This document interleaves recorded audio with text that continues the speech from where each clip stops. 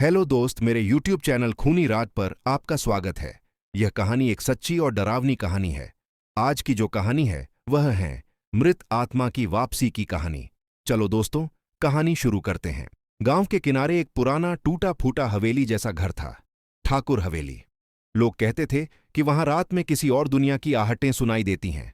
कोई रोता है, कोई हंसता है, कोई दरवाजे पर दस्तक देता है, और फिर सब कुछ शांत। अंजलि शहर से आई थी। उसे डर जैसी चीजों पर यकीन नहीं था। गांव वालों ने मना किया, बिटिया, ठाकुर हवेली में रात मत बिताना, वहां से कोई लौटकर नहीं आया। पर अंजलि ने हंसते हुए कहा, भूत प्रेत जैसी कोई चीज नहीं होती। वह अपने कैमरे और टॉर्च के साथ हवेली में चली गई। अंदर अंधेरा, जाले, टूटी खिड़कियां और दीवारों पर पुराने खून जैसे निशान थे। रात के 12 बज चुके थे। टॉर्च की रोशनी कांप रही थी। तभी सीढ़ियों से किसी के उतरने की आवाज आई। थक थक थक। अंजलि ने टॉर्च घुमाई। वहां कोई नहीं था। फिर अचानक पीछे से किसी ने बहुत धीमे स्वर में कहा, तू क्यों आई? उसकी टॉर्च हाथ से गिर गई। जब झुककर उठाने लगी तो उसने देखा एक औरत की परछाई दीवार पर थी, लेकिन सामने कोई नहीं। अगले दिन गांव वालों ने बताया कि वह आत्मा राधा की थी, ठाकुर की नौकरानी। ठाकुर ने उसकी हत्या कर दी थी और उसे हवेली में ही दीवार में चुनवा दिया था। तब से उसकी आत्मा हर अमावस्या को लौटती थी। न्याय मांगने अंजलि ने राधा की आत्मा से बात करने की कोशिश की। उसने कहा, अगर मैं सच को सबके सामने लाऊं तो क्या तू चैन पाएगी?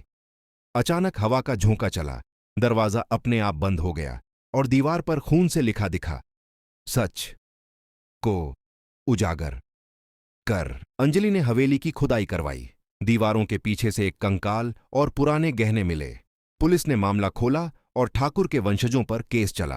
रात में जब सब खत्म हुआ, अंजलि ने फिर हवेली की ओर देखा। हवेली की टूटी खिड़की में एक औरत मुस्कुरा रही थी, फिर धीरे धीरे धुंध में गायब हो गई। उस दिन के बाद हवेली में कभी कोई आवाज नहीं आई। पर कहते हैं, अगर कोई झूठ बोले या सच्चाई छिपाए तो उस हवेली की खिड़कियां फिर से खुल जाती हैं। अंजलि ने हवेली की खुदाई और राधा की हड्डियां मिलने की पूरी कहानी अपने YouTube चैनल पर डाली। वीडियो वायरल हो गई। लोग कहने लगे कि हवेली का श्राप अब खत्म हो गया। लेकिन कुछ दिन बाद अंजलि के कैमरे में खुद ब खुद रिकॉर्ड हुए फुटेज मिलने लगे। हर रात 2 से 45 बजे कैमरा अपने आप चालू होता और स्क्रीन पर वही टूटी हवेली दिखती, जबकि अंजलि अब शहर में थी। एक रात वीडियो में राधा का चेहरा साफ दिखाई दिया। उसकी आंखें खाली थीं, पर होंठ फुसफुसा रहे थे। वो लौट आया है। अंजलि डर गई। उसने पुलिस से संपर्क किया, लेकिन कोई तकनीकी गड़बड़ी नहीं मिली। फिर उसने गांव वापस जाने का फैसला किया। गांव पहुंचते ही बुजुर्ग पंडित ने कहा, बेटी, तूने राधा की आत्मा को मुक्त नहीं किया, तूने बस उसे जगा दिया है।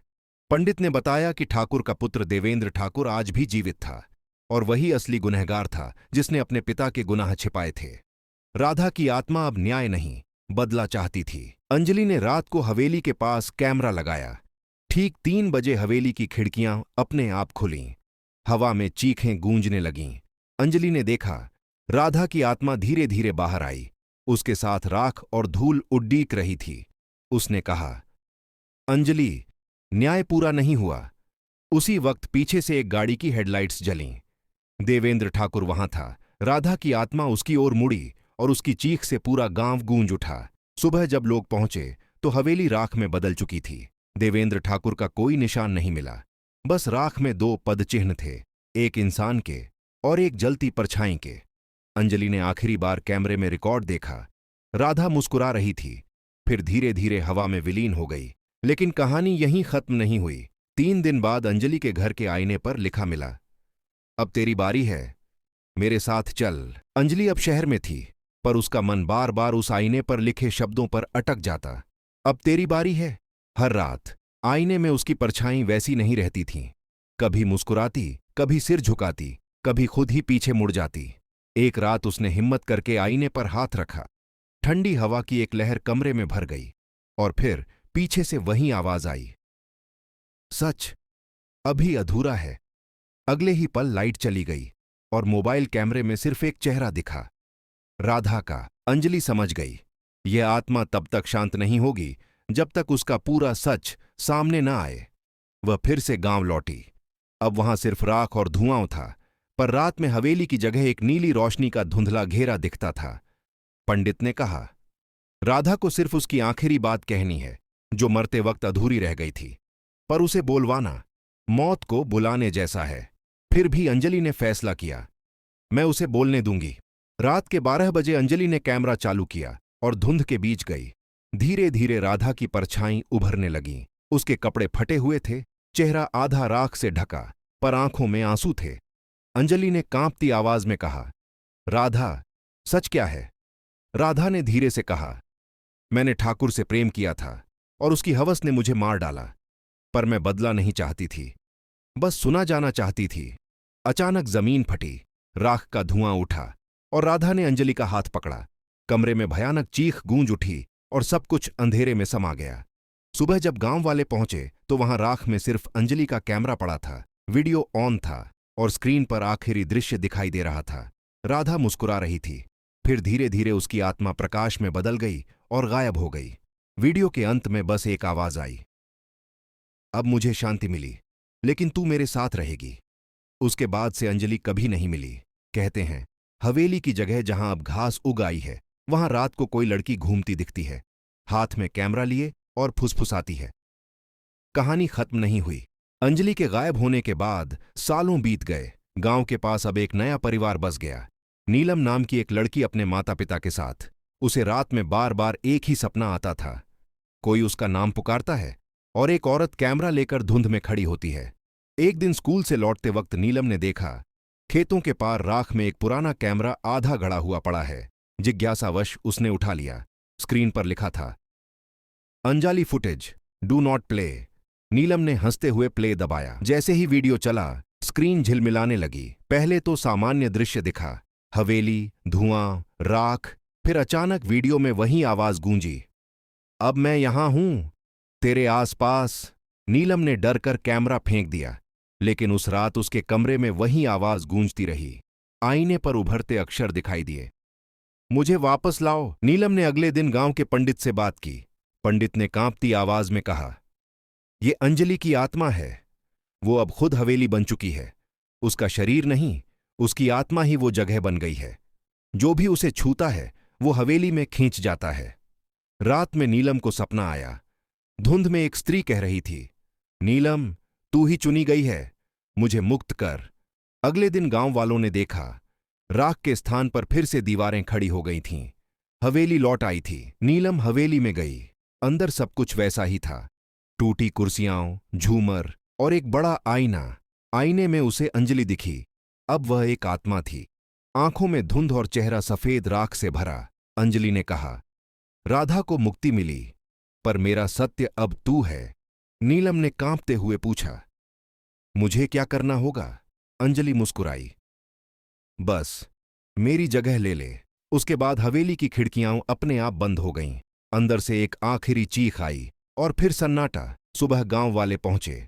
हवेली में कोई नहीं था, बस एक नया कैमरा रखा था। स्क्रीन पर लिखा था, फुटेज बाय नीलम। अब जब कोई हवेली के पास से गुजरता है, कभी कभी खिड़की से एक लड़की झांकती है, चेहरा अंधेरे में, हाथ में कैमरा और होंठों पर फुसफुसाहट। कहानी फिर शुरू होगी। गांव के बुजुर्गों के मुताबिक ठाकुर हवेली की कहानी 100 साल से भी पुरानी थी। उस जमाने में हवेली की जमीन पर एक मंदिर था, मां कालरात्रि का प्राचीन मंदिर। लेकिन ठाकुर ने अपनी हवस और लालच में वो मंदिर गिरवाकर उसी जगह हवेली बनवा दी। पंडित ने उस वक्त कहा था, जिसने देवी का स्थान छीना, उसकी वंशावली कभी चैन से नहीं जिएगी। यही श्राप था जो पीढ़ी दर पीढ़ी चलता गया। कहा जाता है, जब हवेली बन रही थी, ठाकुर ने नींव में 3 मजदूरों की बलि दी थी, ताकि हवेली कभी ढहे नहीं। उनकी आत्माएं वहीं कैद हो गईं। समय बीता, ठाकुर मरा, पर हवेली में आवाजें गूंजती रहीं। धीरे धीरे हर आत्मा वहां एक दूसरे से जुड़ने लगी। राधा, अंजलि, नीलम, सब एक धागे में बंधी हुई। रात को जब चांद पूरा होता, हवेली की दीवारों पर रक्त जैसा तरल बहने लगता था, जैसे नींव में दबी आत्माएं अब भी सिसक रही हों। गांव के एक लड़के, अर्जुन, को नीलम की याद नहीं भुलाई। उसने हवेली की जांच शुरू की। वहां जाकर उसने कैमरा उठाया। फुटेज बाय नीलम। जैसे ही कैमरा चालू किया, स्क्रीन पर नीले रंग की लौ चमकी। अचानक अंजलि, राधा और नीलम तीनों एक साथ दिखाई दीं। उनकी आवाजें गूंजीं। श्राप खत्म नहीं हुआ। देवी क्रोधित हैं। अर्जुन ने कांपते हुए पूछा, श्राप कैसे खत्म होगा? आवाज आई, जिसे हवेली ने निगल लिया वही उसे मुक्त करेगा। रात के तीसरे पहर अर्जुन ने मंदिर का पुनर्निर्माण शुरू किया। उसने हवेली की ईंटें हटाईं, देवी की मूर्ति को वापस खड़ा किया। जैसे ही मंत्रोच्चार शुरू हुए, हवेली की दीवारें खुद गिरने लगीं। तीनों आत्माएं धुएं में बदलकर देवी की मूर्ति के चारों ओर घूमीं। अचानक एक सफेद प्रकाश फूटा। चीखें, हवा, राख, सब कुछ शांत हो गया। सुबह तक वहां न हवेली थी न कैमरा, बस मिट्टी में एक लाल चूड़ी पड़ी थी, वही जो राधा ने अपनी मौत से पहले पहनी थी। गांव में अब शांति है, लेकिन कहते हैं हर अमावस्या की रात जब हवा तेज चलती है, मंदिर के पीछे से कैमरे की क्लिक की आवाज आती है और कोई फुसफुसाता है। कहानी खत्म नहीं हुई, बस नया अध्याय शुरू हो गया। श्राप मिटा समझा गया था, मंदिर फिर से बन गया, गांव में शांति लौट आई। पर ठीक 1 साल बाद अमावस्या की रात फिर आई। आसमान में चांद नहीं था, हवा भारी थी और पेड़ों की डालियां ऐसे हिल रही थीं जैसे किसी अनदेखी ताकत से कोई खेल रहा हो। रात के ठीक 12 बजे मंदिर की घंटियां अपने आप बज उठीं। Ton ton ton. गांव के लोग दरवाजे बंद करके बैठ गए। पर एक युवक, अर्जुन, जिसने हवेली तोड़ी थी, बाहर निकला। उसे लगा कोई पुकार रहा है। अर्जुन, तूने अधूरा छोड़ा। अर्जुन मंदिर के पीछे पहुंचा। वहां जहां कभी हवेली थी, जमीन से धुआं उठ रहा था। अचानक मिट्टी में से एक हाथ निकला, काला, जला हुआ, पर नीलम की कलाई पर वही लाल चूड़ी थी। वो धीरे धीरे उठी, आंखों में स्याह धुआं था। उसने कहा, देवी ने हमें मुक्त किया, पर किसी ने फिर अपवित्र किया है। अर्जुन कांप गया। कौन? नीलम ने मंदिर की ओर इशारा किया। मूर्ति के नीचे रक्त की नदियां हैं। अर्जुन ने खुदाई शुरू की। मूर्ति के नीचे एक काला डिब्बा मिला, अंदर तांत्रिक वस्तुएं, खोपड़ी और पुराने मंत्र लिखे हुए पन्ने। वो समझ गया, किसी ने फिर से मां कालरात्रि की शक्ति को जगाने की कोशिश की थी, पर अधूरा अनुष्ठान उसे फिर से श्राप में बदल गया था। अचानक डिब्बा अपने आप खुला, अंदर से धुएं का गोला निकला और अर्जुन की आंखों में समा गया। उसकी चीख गूंजी और कुछ पल बाद वो शांत हो गया। जब नीलम ने उसकी ओर देखा तो उसकी आंखें अब लाल हो चुकी थीं। अर्जुन अब वो नहीं रहा जो पहले था। अगली सुबह मंदिर राख में बदल चुका था। गांव वालों ने देखा, राख पर किसी ने उंगलियों से लिखा था, श्राप अब मनुष्यों के भीतर है। रात में गांव के लोग नींद में चलने लगे। किसी के चेहरे पर राख, किसी के हाथ में चूड़ी, किसी के होंठों पर एक ही शब्द, वापसी। कैमरे की क्लिक की आवाज फिर सुनाई दी। इस बार कैमरे के पीछे न अंजलि थी न नीलम, बल्कि अर्जुन की परछाई थी और उसकी आवाज गूंजी, अब मैं कहानी लिखता हूं। धुंध में हवेली की आकृति फिर से बनने लगी। दीवारें, झूमर और वही टूटी खिड़की, जहां अब एक नई आत्मा बस चुकी थी। अर्जुन अब हवेली के खंडहर में रहता था। लोग कहते थे कि वह हवेली को फिर से बना रहा है, पर असल में वह अपने डर को मिटाने की कोशिश कर रहा था। उसे रात में वही आवाजें सुनाई देतीं, अंजलि, नीलम, राधा। पर धीरे धीरे उसे महसूस हुआ कि ये आवाजें बाहर से नहीं, उसके मन के अंदर से आ रही थीं। वो नींद में बातें करने लगा, खुद से लड़ने लगा और दीवारों पर कुछ लिखता जो सुबह मिटा हुआ मिलता। एक दिन उसने आईने में देखा, वहां उसका चेहरा नहीं था, सिर्फ उसका डर था। शहर से एक मनोवैज्ञानिक डॉ. वंदना सिंह गांव आईं। उन्होंने अर्जुन का इलाज शुरू किया। उनके अनुसार अर्जुन ट्रॉमा इंड्यूस्ड हेल्यूसिनेशन से पीड़ित था, यानी जो कुछ उसने हवेली में देखा वो उसके अवचेतन दिमाग की उपज थी। अर्जुन ने बताया, मैंने राधा, अंजलि, नीलम को देखा। डॉ. वंदना मुस्कुराईं। वो सब हवेली में मरी औरतों की कहानियां हैं जो तुम्हारे मन में डर बनकर बस गई हैं। असली हवेली तो अब तुम्हारे अंदर है। अर्जुन ने इलाज के बाद हवेली की जगह एक विद्यालय बनवाने का निर्णय लिया। जहां पहले डर था, अब बच्चों की हंसी गूंजने लगी। दीवारें जो पहले श्राप की प्रतीक थीं, अब ज्ञान का प्रतीक बन गईं। फिर भी जब रात में हवा चलती तो हवेली की राख से हल्की फुसफुसाहट सुनाई देती, कितापी तिकापू कै ये कितापी तपूलियती। अब हमें शांति मिली, लेकिन यह आवाज किसी भूत की नहीं, अर्जुन के मन की थी। वो हिस्सा जो डर के अंधेरे से निकलकर अब प्रकाश में जीना सीख रहा था। सालों बाद जब कोई उस पुराने विद्यालय के सामने से गुजरता है, वहां एक बोर्ड लगा है, राधा स्मृति बाल विद्यालय, जहां डर नहीं सच्चाई पढ़ाई जाती है। और उसके नीचे एक पंक्ति, हर श्राप अगर सच का सामना करे तो मुक्ति में बदल जाता है। विद्यालय शुरू हुए 5 साल हो चुके थे। एक दिन बच्चों ने पुराने नियम के पेड़ के नीचे खुदाई करते समय एक लोहे की डायरी पाई। कवर पर लिखा था, अंजलि की डायरी।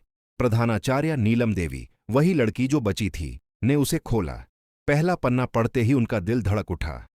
अगर ये शब्द किसी तक पहुंचे तो समझना कि डर कभी बाहर नहीं होता, वो हमारे अंदर पलता है।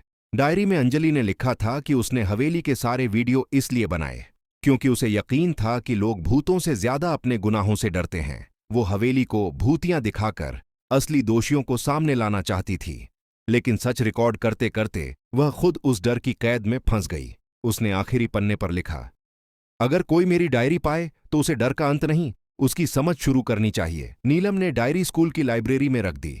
हर साल अमावस्या की रात को बच्चे मोमबत्तियां जलाकर उस डायरी का पहला पन्ना पढ़ते और वादा करते कि वे कभी अंधविश्वास में नहीं डूबेंगे। धीरे धीरे पूरा गांव बदल गया। जहां पहले भूत प्रेत की कहानियां थीं, अब वहां विज्ञान, मनोविज्ञान और इतिहास पढ़ाया जाने लगा। सालों बाद एक पत्रकार उस गांव पहुंचा और पूछा, क्या यहां कभी हवेली हुआ करती थी? नीलम ने मुस्कुराते हुए कहा, हवेली? नहीं, वो तो बस एक डर था। हमने उसे कहानी बना दिया। वो दूर देखकर बोली, डर हमेशा रहेगा, बस अब वो हमें रोकता नहीं, सिखाता है। कैमरा धीरे धीरे आसमान की ओर घूमता है। सूरज उग रहा है और हवेली की जगह अब बच्चों की हंसी की आवाज गूंज रही है। रात गहराती जा रही थी। बाहर हवाएं ऐसे गूंज रही थीं जैसे कोई अदृश्य शक्ति हवेली की दीवारों से टकरा रही हो। अय्यान ने दिया जलाया और धीरे धीरे नीचे के तहखाने की ओर बढ़ा। वही जगह जहां से हर रात किसी के कदमों की आहट आती थी। तहखाने का दरवाजा चरमराते हुए खुला। अंदर धूल और सड़न की गंध भरी थी। दीवारों पर पुराने ताबीज और मंत्रों के निशान बने थे। अयान ने टॉर्च की रोशनी डाली तो उसे एक पुरानी डायरी दिखाई दी। रवीना की डायरी। डायरी के पन्ने फट चुके थे, लेकिन कुछ शब्द साफ पढ़े जा रहे थे। अगर मैं लौट कर ना आऊं तो मेरी आत्मा को यहां से मुक्त करना। मैं हवेली से बंधी रह जाऊंगी। अयान के हाथ कांपने लगे। अचानक पीछे से ठंडी हवा का झोंका आया और दिया बुझ गया। अंधेरा छा गया। तभी उसे किसी की फुसफुसाहट सुनाई दी। अयान, मैं यहां हूं। वह पलट कर देखता है। उसके सामने वही लड़की खड़ी थी, सफेद कपड़ों में, लेकिन उसका चेहरा अब शांत था, डरा हुआ नहीं। तुम रवीना? अयान ने कांपती आवाज में कहा। वह मुस्कुराई। हां, लेकिन अब मैं मुक्त हूं। तुमने सच्चाई जान ली। मैं मरकर नहीं, कैद होकर रह गई थी। अब हवेली मेरी नहीं रही। और इतना कहकर उसका शरीर हवा में घुलने लगा। अयान के सामने बस उसकी डायरी रह गई और दीवार पर एक आखिरी शब्द उभर आया, धन्यवाद। धीरे धीरे हवेली में शांति लौट आई। अगले दिन सूरज की पहली किरण के साथ अयान ने डायरी हवेली के बगीचे में दफना दी और मन ही मन कहा, कुछ आत्माएं कभी मरती नहीं, वे बस अपने सच की प्रतीक्षा करती हैं। सुबह का सूरज धीरे धीरे हवेली पर चमकने लगा। अयान ने सारी रात जाग कर बिताई थी। उसकी आंखों में थकान थी, लेकिन मन में अब कोई डर नहीं था। उसने हवेली के दरवाजे को आखिरी बार देखा, वही दरवाजा जिसने कई सालों तक लोगों को डराया था। गांव के लोग जब वहां पहुंचे तो अयान ने सब कुछ बताया, रवीना की डायरी, तहखाने की बात और उस रात हुई घटना। शुरू में किसी ने यकीन नहीं किया, लेकिन जब अयान ने डायरी दिखाई तो सबके चेहरे पीले पड़ गए। डायरी में लिखा था, मैं रवीना, हवेली के मालिक विक्रम की बेटी। मेरे पिता ने अपनी लालच में मुझे इस हवेली में कैद कर दिया था ताकि मैं उनके रहस्य उजागर न कर सकूं। जब आग लगी, मैं बच नहीं सकी और मेरी आत्मा यहीं फंस गई। पुलिस ने पुराने तहखाने की खुदाई करवाई। वहां से रवीना की हड्डियां मिलीं और साथ में एक टूटी हुई चाबी। वह चाबी हवेली के उस कमरे की थी जिसमें बरसों पहले आग लगी थी। गांव के बुजुर्गों ने सबके सामने वह चाबी और रवीना की अस्थियां गंगा में प्रवाहित कीं। उस दिन के बाद हवेली से कभी कोई आवाज नहीं आई। अयान ने हवेली छोड़ दी, लेकिन जाते जाते उसने आखिरी बार पीछे मुड़कर देखा। खिड़की से एक हल्की रोशनी निकल रही थी, जैसे कोई मुस्कुराकर विदा कह रहा हो। हर आत्मा बुरी नहीं होती, कुछ बस इंसाफ और मुक्ति चाहती हैं। हवेली अब वीरान थी, पर शांत थी, और रवीना शायद अब सुकून में थी। इसी के साथ हमारी डरावनी और रहस्यमय कहानी होती है समाप्त। अगर आपको यह हॉरर स्टोरी पसंद आई हो तो वीडियो को लाइक, शेयर और सब्सक्राइब जरूर करें। अगली डरावनी कहानी के लिए हमारे चैनल को फॉलो करें।